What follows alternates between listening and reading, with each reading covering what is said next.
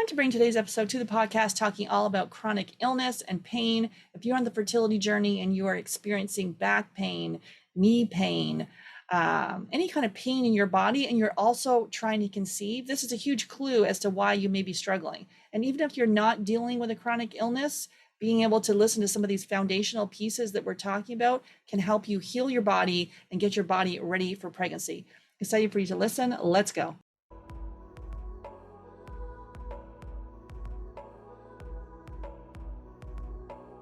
Hey, Allison, excited to have you on the podcast. I'm so excited to be here. Thank you. Great. So yeah, if you could share with me and the listeners what brought you to do this work. It's a great question. Right. So I am a functional nutritionist, but I wasn't always. I actually had a long career in television, and that was my dream. That was my dream job, and it was everything I ever wanted, except for while I was working, I was struggling with unexplained chronic pain, mostly in my knees, my lower back, and my butt. So walking was an issue, stairs were excruciating, and sitting was an issue. So commuting into work, I worked in New York City, and I would commute into work by bus, and it was just like constantly, it was so painful. And then when you're in New York City, if you don't know, it's all up and down stairs going into subways. And our studio even had staircase to get up to the production offices. And so sometimes colleagues would carry me up. I was in so much pain. And I also had migraines at the time, but I was given medication for the migraines and that helped. And I was given medication for the pain in my knees and that helped. But it didn't solve the problem. And what I wasn't realizing at the time was that I had a lot of other issues going on too, that was kind of all connected, but when you're going through it, you don't see anything but your pain. And so I saw every doctor in New Jersey, New York. I went to physical therapy, chiropractors, neurologists, orthopedists.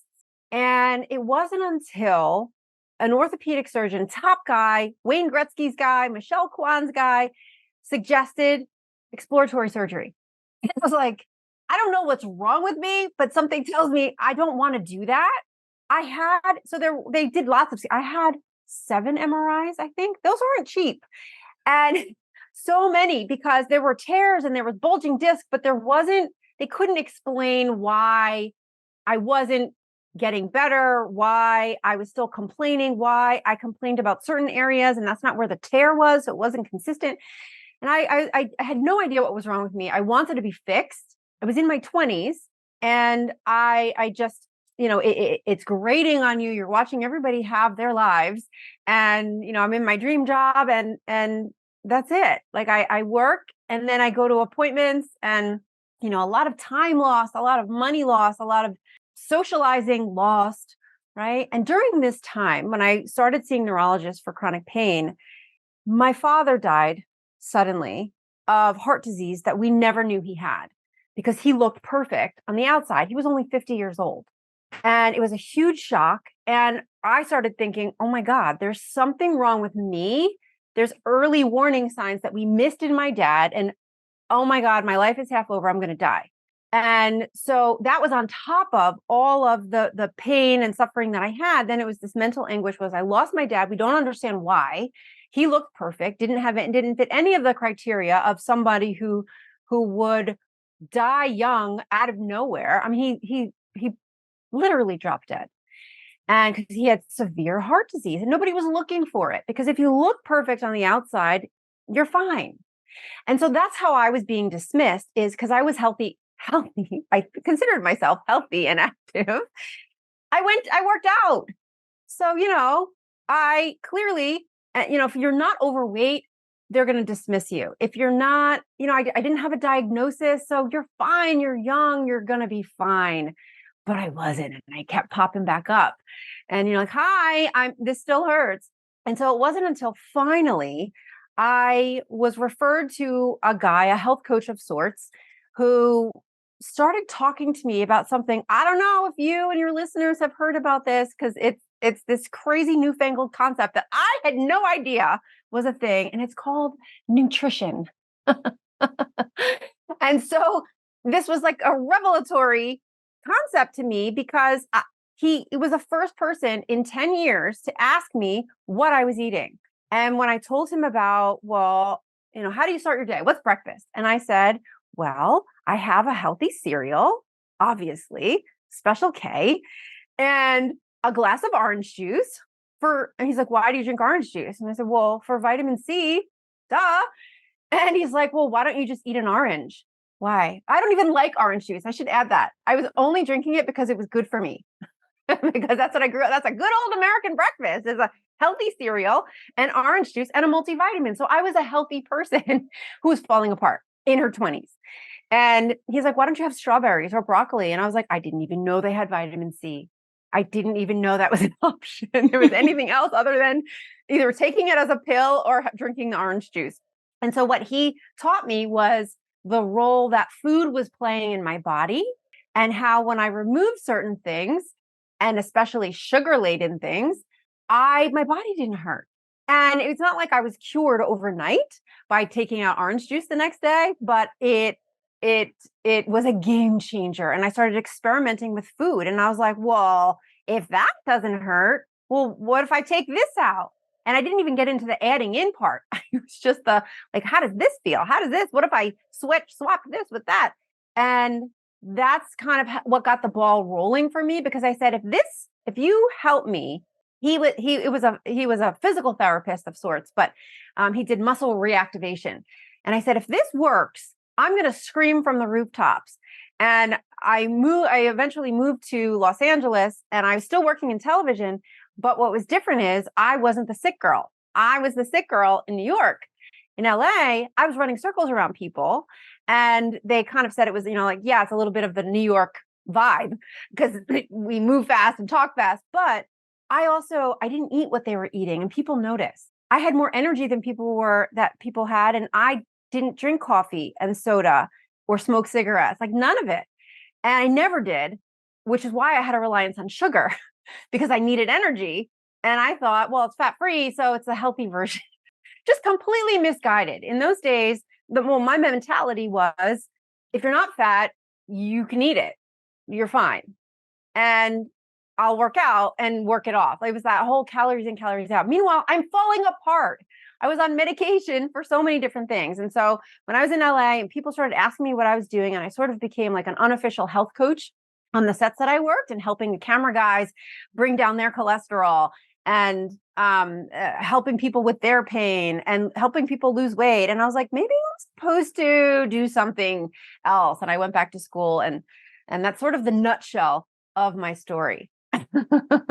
It is like, I know, where you're digging away and then you don't even know there's this whole other realm over here of things we can do. And that's on the fertility side of things. We get stuck in the IVF, IUI. I got people someone just emailed me before this call, like they've had 11 IVFs and wonder if there's anything they can do. Well, and 16 IVFs and then multiple IVFs and then multiple donor eggs and nothing has worked. And so we have to focus in on our health. And similar to me, I, was diagnosed with POI at 28, had both my kids with donor eggs. Health took a nosedive years later, discovered this little thing called nutrition and diet, as you said, and went, what? No one told me anything about that. And then I went down the gut infections, and lo and behold, it was all stress. But yeah, it is interesting on this piece where we just don't know. And I'm like, that's why I started the podcast. I'm like, how come people still don't know this stuff? And we're stuck over in this conventional side of things. And we're like asking our REI or our OBGYN, does diet matter? They're like, no, not really. Well, we're just asking the wrong person. Totally. So one of the medications that I was on was birth control. And I was on birth control I was actually thrilled when they put me on birth control because I was like, bonus, right? But I was put on because I wasn't getting my period. At 19, I started birth control.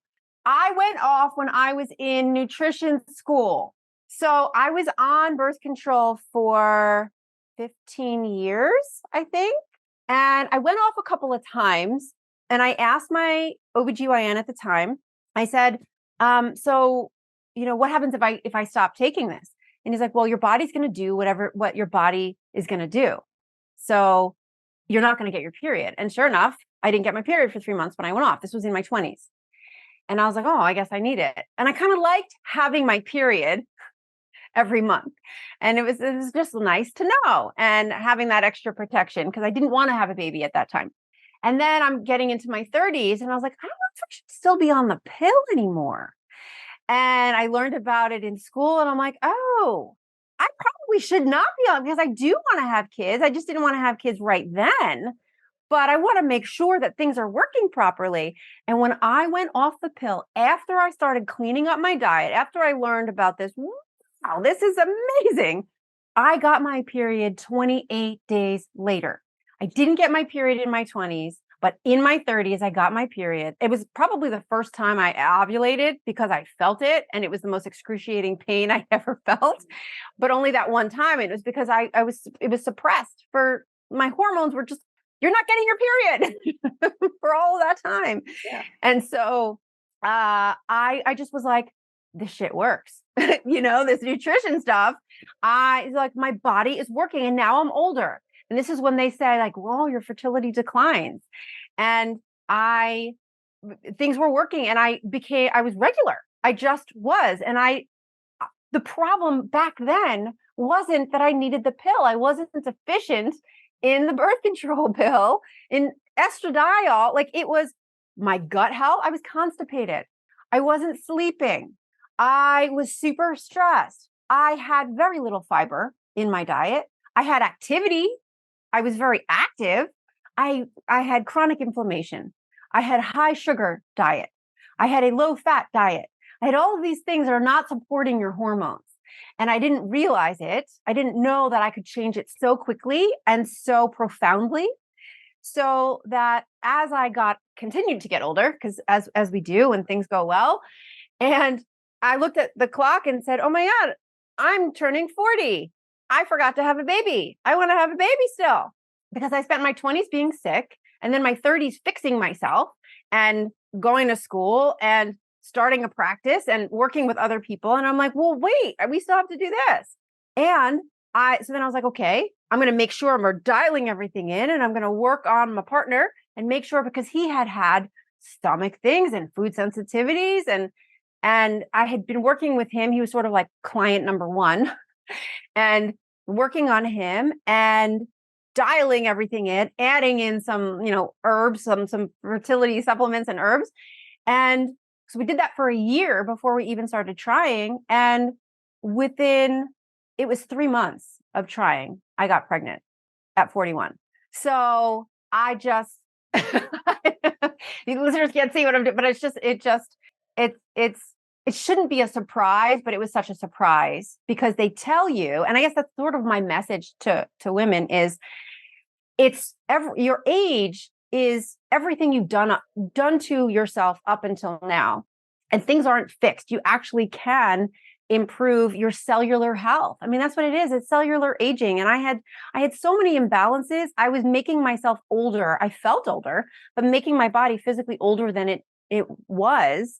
And you can actually kind of turn back the clock when you remove things, add things in, and rejuvenate your body in a lot of ways, and even for fertility. Yeah, there's biological, chronological age and biological age. You can have someone in their 20s who, like you, were having all these health issues, and then is way healthier in their late 30s, early 40s. And people are like, oh my goodness, what's, your fertility dropping off a cliff, and you've got geriatric pregnancies, and, it's game over. We need to look at your health and what are those missed healing opportunities that conventional medicine just will throw you a pill at it, giving you the birth control pill, which then predisposes you to the gut infections and food sensitivities and the nutrient imbalances and a whole laundry list of things. And sometimes people take it for years, wonder why all of a sudden they didn't have anxiety before, but they don't really connect it. And it's like their mood is completely off for years. And then you go on the mood stabilizers, and next thing you know, you're just chasing a whole bunch of symptoms with just not getting the results. And then many people, had that heavy period, or they had acne, or they had skin issues, and then the doctor says, here, take a pill. And we think, okay, great. And then it's just a Band-Aid. It doesn't improve anything. And not to say everyone that goes off the pill is then going to be having fertility issues, but the people that we work with, it's like they had something going on with their cycle beforehand. And then they go on the pill, and then they're still dealing with these health issues because I didn't address them. And so I did that too, like went on the pill 10 years, then, had my kids, still went on the pill and HRT and a whole bunch of stuff, and still didn't, wasn't able to figure out my health until years later. So that's why I started the podcast, to be like, why don't people know this? And why is people not, not sharing this piece? And so for you, it was the chronic pain.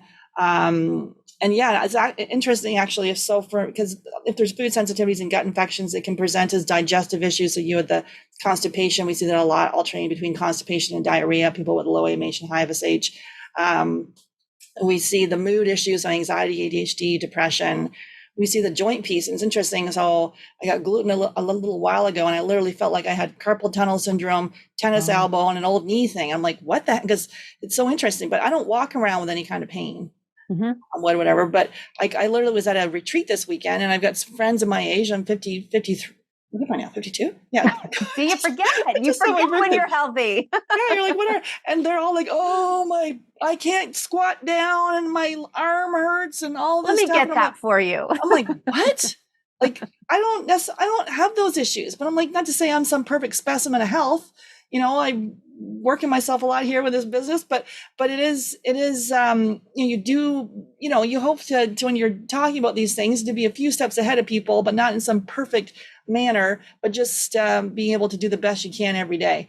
And so, but yeah, it's not about that the age of 50, you just fall off a cliff. When in the case of your dad, right, that like at 50 and then looked, and that's my friends. That's why she was getting emotional this weekend. She was talking about her dad. He passed away 62, and he was a marathon runner, had a massive heart attack, and done. And you looked at him and you thought, man, look at that guy, the specimen of health, exercises, all that stuff. And he had the Widowmaker. It was just done. Same with my dad. That's what it was. It wasn't even a heart attack. It was more auspicious. It was, he played a tennis match. That was his thing. It was a work event. He was a tennis player. That was his passion. That was his mistress, was tennis. And he didn't want to go that day. It was hazy, hot, and humid. This is on the East Coast. So, hazy, hot, and humid, where you feel like you can cut the air with a knife. Not when you're supposed to be exercising outside. And especially in the middle of the afternoon, like that's not when you're supposed to do it, but it was like this scheduled, it was a golfing tennis event, entertaining clients. And he took me to the neurologist in the morning because I was seeing a neurologist for my pain management. And then he dropped me off at the bus. I was still living at home at the time. And I said, these are the last words I said to my dad were, nice life, Dad. You're going to play tennis today, and the rest of us have to go to work. And he said, yeah, but I don't really even want to go. And apparently he told my mom the night before he didn't really feel like playing. And I don't know if he was not feeling well and just not knowing what it was, or not or just dismissing it, because we dismiss things a lot. He shouldn't have dismissed anything, and it didn't have to happen. And so it was after. So basically, we learned this after. There was a lot of studies that came out that summer, actually, and then since then, about heat and how if somebody had cooling blankets and had cooled him at that time, it probably would have saved his life. But he just couldn't cool off after playing, and was sitting in a chair in the shade, drinking a lot of water, which also was not helpful, drinking a lot of ice water, got to cool down. And then just his eyes glazed over, and that was it. So it wasn't like drama. I mean, it's dramatic, but not, just peaceful, as peaceful as it could be. I wasn't there, obviously. But yeah, so these things didn't need to happen. And looking back, all I had was looking back. And once I started fixing things in myself and started looking at like, well, why did that happen to him? Oh, he didn't eat very many vegetables. He did have a bowl of ice cream every night with chocolate syrup, which you would think it's fine because it's just a bowl of dessert. Like, it wasn't like pounding it. He would have a scoop of ice cream. It was just part of his routine. But looking at the Breyer's ice cream, looking at the U-Bet syrup, that's not very good. And we were low fat at the time. That was the way to be healthy. Not when you have a predisposition of heart disease. No, that is not a good thing. Not when you have high cholesterol either. That was a warning sign that was completely missed. And by going low fat, his cholesterol came down. Well, guess what that did? It exposed his heart. and nobody was looking. Nobody did stress tests on him. His colonoscopy was clear, but everybody thought, well, you do a stress test. The doctor said you do a stress test every day because he worked out every day. He was a runner, weightlifter, tennis player. We don't need to check you. You're fine. Well, nobody was checking him with attached to a monitor. So what I've learned, and it's kind of helped compartmentalize things with what happened with my dad, is I have to do better because we didn't know. And once I started doing better, I saw how quickly my body responded, and I see how quickly other bodies respond, clients' bodies respond to nutrition. Like it really just works. It is what your body runs on. It's not Dunkin', like that Dunkin' Donuts commercial, but it's the fiber. You need to be able to, the fiber is populating your gut health. It's helping you to eliminate toxins and eliminating the toxins. So besides the toxins that are in your body already that need to be coming out, but let's cut off the toxic tap and stop putting them in the first place. So whether that's in your food, intentionally or unintentionally, the packaging that your food comes in. Like I did a complete overhaul of our health and our home in preparation of I want to get pregnant. Because all of these things in our skincare products, our cosmetic products, our cleaning products also contribute. And back at the time, we had the plugin air fresheners and the candles, the scented candles. Right? Don't do it. They're endocrine disruptors. They mess with your hormones. And if they're already out of balance because of a variety of things, stress, malnutrition, there can be a genetic component. There can be just an influx. There could be, these things are passed down genetically. So it could have been something that your mother was exposed to, or she was unhealthy, and then it's passed on to you. And so you're just set up for it. Doesn't mean that you're doomed. It just means that you have to correct for it. And so, but a lot of things that in our normal everyday life, nail polish, hair color, like I stopped getting my nails done. I was like, well, I guess this is just how it's going to be, and it was a little challenging at first. I was sad. I'm not going to lie. I was sad, but I had a baby, and I had it really easily. I got pregnant easily. I had the best pregnancy. Delivery was not as easy as I thought it might be, but when you are taking out all of these exposures that are messing with your hormones, messing with your gut microbiome, which then messes with signals, messes with your hormones, messes with your mood, messes with your thyroid. So like there's such a long list of things that cascade down, and it really all starts with let's optimize our digestion. And this is why when people are struggling with fertility or think forward thinking, which is the best, when you can plan in advance. Okay. And so this is what we're going to do in preparation for, which is what I did. But again, it took me over 10 years to figure out that was a strategy. A lot of people, I think they just go straight to IVF because it didn't work. And they might be of an age where they should be able to get pregnant, but they're not thinking about, well, my digestive health isn't really good. I might have infection. I might have poor absorption. Like they're not thinking of that. I might have food sensitivities that are causing all of these things. I don't think that food sensitivities was the issue for me. It was sugar, but sugar is deadly for fertility. For if you want to improve your egg health, sugar is not going to help you. Removing sugar will. Fat that I wasn't having. And when you take fat out of things, there's usually more sugar in it because fat, you lose the flavor. And so I was having all of this fat-free, low-calorie crap that was high in sugar. And so I wasn't trying to get pregnant at that time. So I don't know what my numbers looked like, but I know that after I had worked on it and I felt like, okay, I've done the work. Let's just see. And I went to an OBGYN and I was like, here's the deal. I'm 40. I want to have a baby. He's like, all right, well, let's test you. Tested my AMH, comes back. And I was like, oh God, what is he going to say? And he's like, you shouldn't have any problem. And I was like, great. And I was thrilled. And I went home. That was in May. And I came back in June. I was pregnant.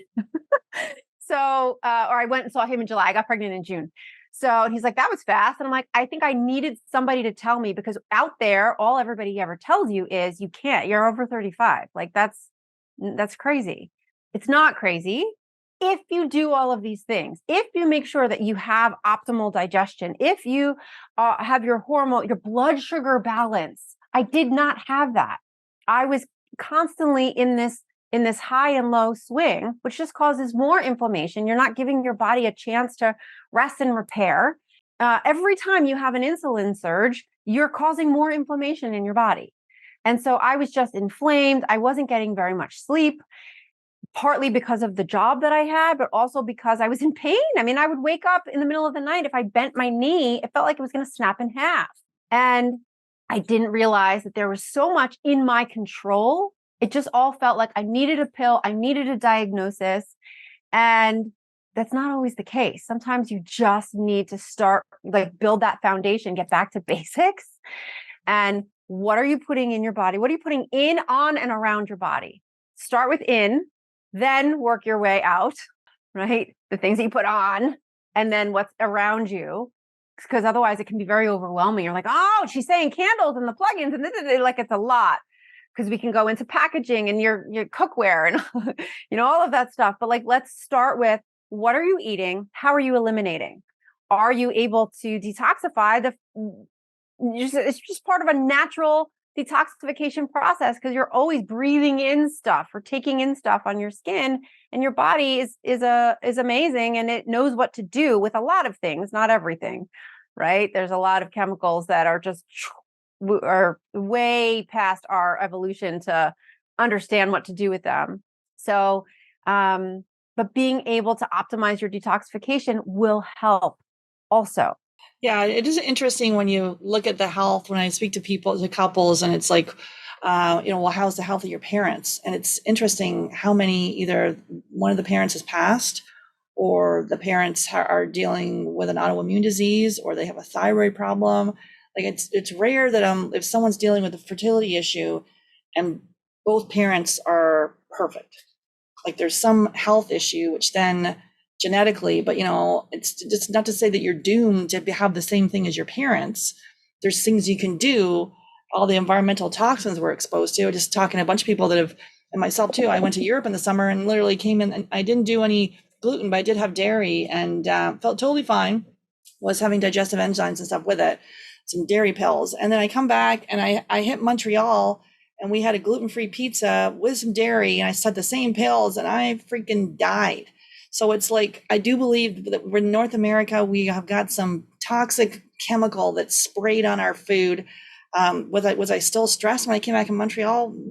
Was I stressed? No, because I was still on vacation. So it's the same. And even the rest of my family too. My husband, he had sinus problems. My daughter had problems. So it's just interesting where you can feel totally fine in Portugal, and then you hit back here, there's something going on.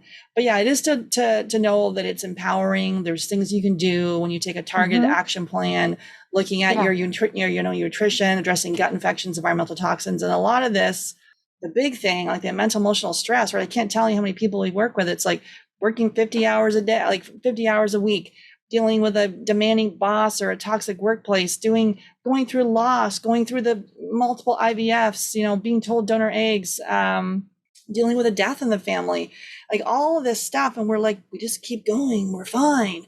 Just because you're like mentally strong and you can keep going doesn't mean the body is following. So it's like to be kind to yourself, and to be able to recognize, sometimes we're like, it's menopause. Maybe it's your adrenals. Maybe they're just tanked from all the crap that you've been exposed to. And as we start to nourish that and bring it back online, lo and behold, your destiny is not the same as your parents. And there's things you can do in a targeted manner, right? And a lot of us think it's IVF, that we rush to IVF because we've been told that's what we need to do. I had both my kids with donor eggs, and I didn't, my health took a nosedive years later. So it was, we think that's the fast track. Like, the fast track always is your health. So the health of your pregnancy, your postpartum, the health of your children. We're in this panic that we think our fertility is dropping off a cliff. And obviously there is a time when it does, having more and more single women coming to me where they're in their 40s and they're like, I've been the man's not here and I got to giddy up, and this is what they're going to do. So they've got to work on their health, and then either using a sperm donor or that. Or sometimes they come in and they're like, I'm going to manifest my man, and as we start to work on our health, the man shows up because we focus on ourselves. So you can't skip the health piece. And I think our society of the quick fix and the give me the pill for the ill side of things, but in a short period of time, like you're saying, in a short period of time, you can see massive change with your health and your cycle, and there's things you can do. So it's for the type A, give me the freaking list person. Like this piece, functional nutrition, functional medicine, is so empowering, because you need to sit back and wait for a doctor to tell you, well, first of all, to tell you that diet and lifestyle doesn't matter. It's just a little nice to have. Like, that's just, you've asked the wrong person. 100%. If you're, you probably have a lot of clients with PCOS, and like that's part of their infertility. And it's like, well, PCOS is, how do we fix PCOS? Diet and lifestyle. It's your liver health, your gut health, your stress levels, and let's detoxify excess estrogen. Let's bring your hormones into balance. It's just diet and lifestyle, man. That's it.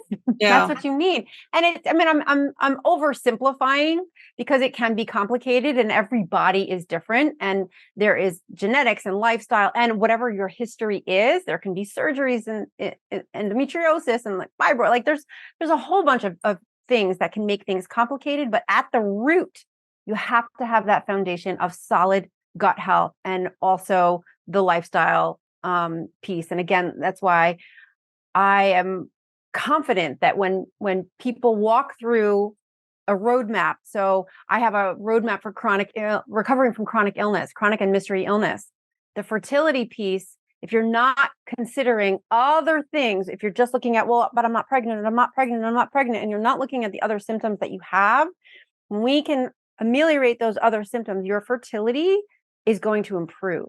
It just will. I know, because a lot of people are like, oh, by the way, I've got low AMH or high FSH, diminished ovarian reserve, whatever it may be, a fertility diagnosis. Oh, by the way, I also have an autoimmune disease. Oh, by the way, I poop only, every 3 or 4 days. Oh, by the way, matter, does it? I've had acne my whole life. Oh, by the way, these things are, not all, not by the way, those are huge clues. I can't tell you people lately, everyone's got migraines. It's like nutrient imbalances. And sometimes some people have like, they'll know their triggers for a migraine, but why are you getting migraine? I just got off the call with a couple where they both had migraines. They both had migraines and they both had sleep apnea. Like, what is going on?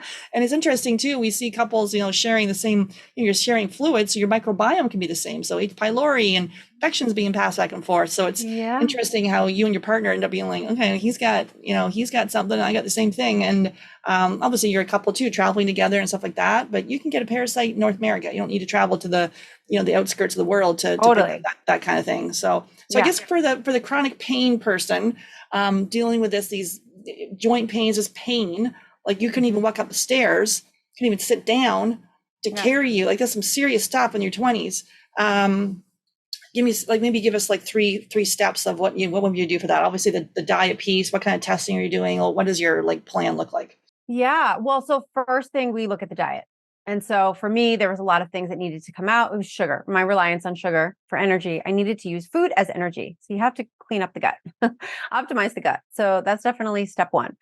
I do IgG food sensitivity testing, because if you're like, well, I eat really healthfully, but I'm still having these issues, then it's like, okay, well, let's just see. Well, we want to make sure that we're taking out the high allergenic. So high inflammatory. So gluten, dairy, sugar, refined sugar, taking that out, because that often will stop pain. I was eating all of that. I didn't know, because it's healthy, right? I was drinking milk. I grew up drinking milk, and into adulthood drinking like by choice. I really liked it. At my meal, I would have a glass of milk. I was so intolerant to dairy. I'd be like, oh, here's my milk, skim milk, all this crap. Oh my God. Same with the cereal, Shreddies every morning, orange juice, like spiking my blood sugar, completely intolerant to gluten. What a disaster. But it's all healthy. It's all healthy. And so we got to make sure. And so, but if you're saying that if you think that you eat healthy, And so we'll test for some food sensitivities, because that often is a huge eye opener. Because if you have a sensitivity to food, meaning that you probably have a leaky gut situation in the first place, which is why the undigested food proteins have gotten into your bloodstream where they don't belong and are setting off an immune response. So they get into the bloodstream where pathogens might be, and so your immune system's going, we have to attack, causing inflammation in your body. There's a histamine response to these proteins, like from food. It could be broccoli, it could be rice, it could be mango. And you're like, but these are healthy foods. But they're not digested properly because that part wasn't optimized. And Ellie said that has to be number one. But number two is, so if you're having this immune response, so there's a histamine reaction, then there's inflammation, then your adrenals are going to release cortisol to bring down the inflammation. And so if you keep bringing in food to which you're sensitive to, unbeknown to you, and even if it's otherwise healthy food to the rest of the population, you're having chronic inflammation. And this is going to lead to chronic fatigue on top of it, because you're constantly trying to combat this inflammation. And I guess it's important to note that you can have digestive issues and not have any trouble in the bathroom. So you can have a compromised gut and it's manifesting as chronic pain. I didn't. So when I said I had constipation, I did, but it was because I had poor diet. I didn't eat much fiber and I thought it was okay. I thought it was a convenience thing. I worked long hours, like who had time to go poop? But that's one of the three things that you have to have dialed in, is your elimination. You have to be pooping 1 to 3 times a day, because we got to get this stuff out. I was toxic. I was inflamed, and I didn't think it was a problem. It was a matter of convenience. But I will tell you that if you do struggle going to the bathroom, or feel like it takes a long time, or it's messy, because it might be because you have sensitivities, once you get that cleaned up, it should be like 5 minutes in and out. And sometimes the paper is clean. So yeah, there's skid marks, there's all these sort of stuff. If it's not longer than, I've done a whole podcast on poop. Like it's a deep dive into do not eat when you're listening to this thing. But it is like, if there's trails, if it's supposed to be like a banana, if there's, and in my Facebook group, I posted last week saying, is it normal 1 to 3 times a day? And people are like, ooh, that seems like a lot. Whoa, I don't know, maybe. I remember my husband goes like 3 times a day, and I'm like, you're some sort of freak. You got a problem. This was years ago. I'm like, you're, and then now I'm like, he's like, oh, I'm completely normal.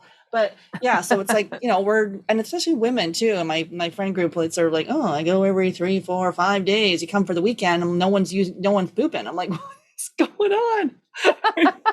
So, okay. So you're doing the food sensitivity testing. Anything else you're doing in there? Yeah. So we're doing that, making sure that your elimination is working. And so our blood sugar balancing. So we're working on optimizing the gut. So what is your diet? Blood sugar balancing, making sure that your hormones are all in check, because it's all a cascade.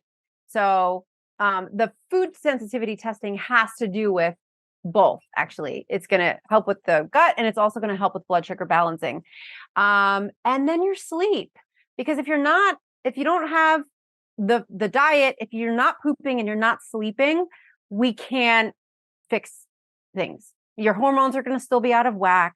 You're still going to have the cellular aging. You're not going to have that rest and repair. You're not going to have that energy, which is going to make you crave the carbs, crave the sugar, crave the caffeine, whatever the energy drink is, to prop you up. And when you're talking fertility, it's those substances that are not going to support you, but the nutrients will. The nutrient dense food, the adaptogens. I would bring in adaptogens for people who are high stress. Things like ashwagandha, or have hormone imbalance, maca. Like, these are some of my favorites that I use all of the time. And so, yeah, I mean, I think those are the 3 places that we would start. And then, of course, you can always do like adrenal testing, like see where your cortisol is, your progesterone, estrogen, testosterone, do like a hormone panel and see where you're at. But first, we have to do the cleanup here, because that doesn't matter until we clean up here. And then, because then you're more ready to handle whatever else needs to come in there.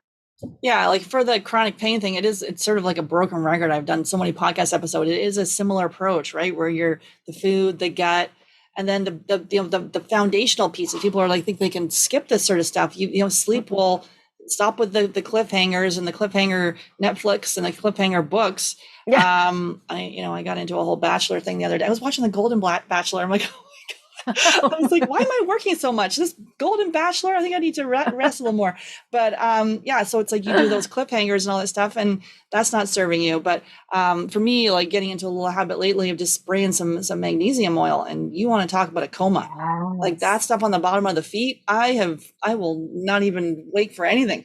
So that is beautiful. Well, so adding that in there too. Yeah. Magnesium is one of the things that people are often deficient in. Right. The more stressed you are, yes. And that was actually one of the first things that I added in. So thank you for bringing that up, because I'm thinking in terms of like anti-inflammatories. And so SPMs is one of my absolute favorite for chronic pain, specialized pro-resolving mediators, better than any anti-inflammatory, better than turmeric, better than, because it doesn't just reduce the inflammation, which is what most like NSAIDs will do. It stops it, it resolves it. And so they're the bomb diggity. I didn't know about them at the time, but now I do. And I talk to everybody about SPMs. But magnesium, when you have an issue with your gut, you're likely going to be deficient in magnesium and B vitamins and iron. And so, so that we would do a regular complete panel, a functional panel, where you would see where there's all the kinds of deficiencies, because there usually is. That's the thing. Unless there's an injury, and even when there is an injury, you're better able to repair when you have all of these three things: the digestion, the sleep, the poop, blood sugar balancing, and the poop. Right. And a couple of weeks ago, I had like some stress dealing with my daughter. She was up to whatever she was doing. And just like that, then last week, I had the worst freaking foot cramps and leg cramps. I'm spraying this stuff all over me. I'm like, so the stress of her, she was in Vegas and things went bad. But anyways, and it didn't stay there. Made it back. But anyways, and so let's just talk about your chronic mystery and illness recovery roadmap. They can get that at Allison Samon, and we'll have that in the show notes. So ALLISONSAMON.com/roadmap. What can they expect there? Yeah. Well, so that is a comprehensive guide that will walk you through what your doctor is probably not talking to you about, and so there's a checklist, and you can see, do I relate to any of these things? And oh my gosh, I do. And I've been dismissed. It's been overlooked. And here are some things that you can do. So here are some recipes. Here are some things that you can add in, and to address the 5 pillars, essentially, for recovering from chronic or mystery illness. And I would say, 100%, it will also help you in your fertility. Absolutely. And some final thoughts for us today, Allison. Don't dismiss whatever you're feeling. It's valid, and you do have the power to shift how you're feeling. Don't just let somebody tell you, well, the paper says. We're not treating the paper, we treat the patient. And you need to advocate for yourself. Unfortunately, or fortunately, we want to show you that empowerment is important, and your body wants to heal. So if you give it the right tools, it will do that for you. So just know that with any practitioner that you work with, any doctor you go see, any lab tests you get back, take everything with a grain of salt, and know that there's always something you can do to improve what you're seeing there. And you just have to be diligent about it. And diet and lifestyle will help you. Let it be your guide. Listen to the signs your body is telling you. So how's that for final thoughts? Medical gaslighting is real. You know your body best. Trust yourself, and take action though. It's because consuming a whole bunch of content and not taking action doesn't mean anything. So hopefully you take one thing away from here. To me, I'm taking the sleep. So awesome. Thanks, Allison. Yeah, you're welcome. Thank you.